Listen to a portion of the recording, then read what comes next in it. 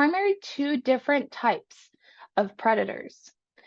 The first kind of predator is the persuasion predator. He uses his personality, his charm, and influence to gain trust.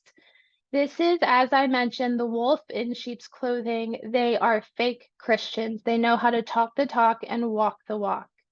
Too often, though, Christians confuse likability with trustworthiness, and they are just not the same thing.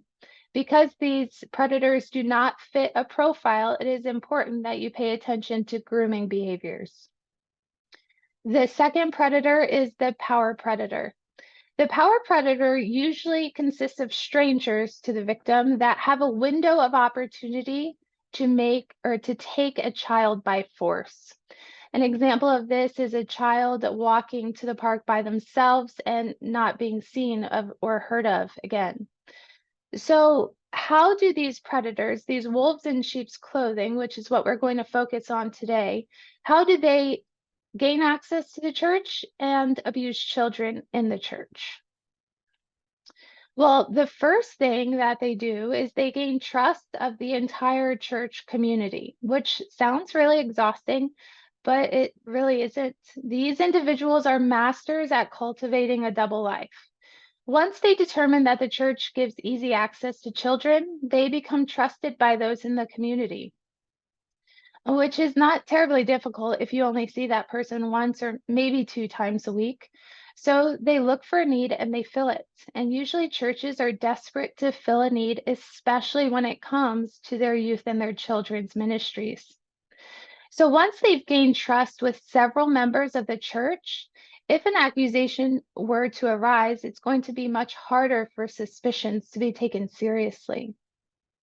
Now, statistics show that only 20% of society actually possesses critical thinking. The majority will actually go along with the popular easy vote.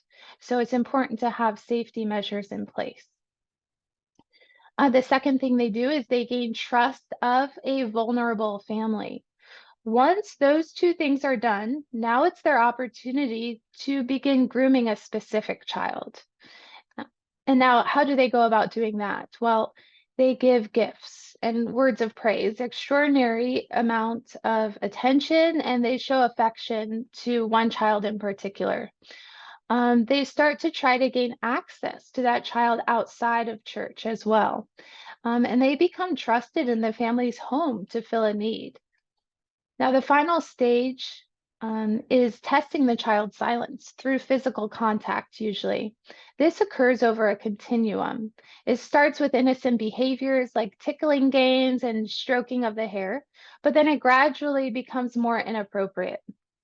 To test the child's response and to blur the lines between inappropriate and appropriate, gradually getting the child more comfortable with each step.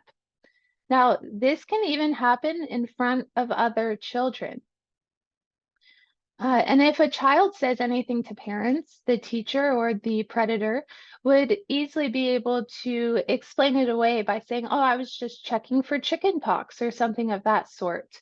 And if the child doesn't say anything to their parents or their caregivers, then the groomer knows that they can continue their grooming process. So it's safe to say that predators do test for silence because they are counting on privacy.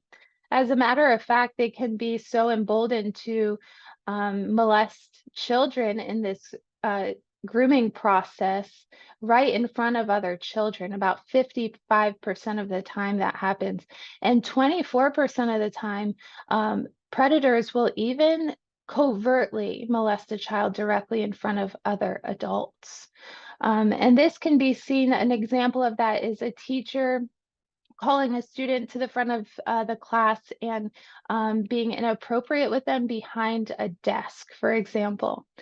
Now, I mentioned that predators are counting on the privacy of these children, and we saw that in the Jerry Sandusky case even.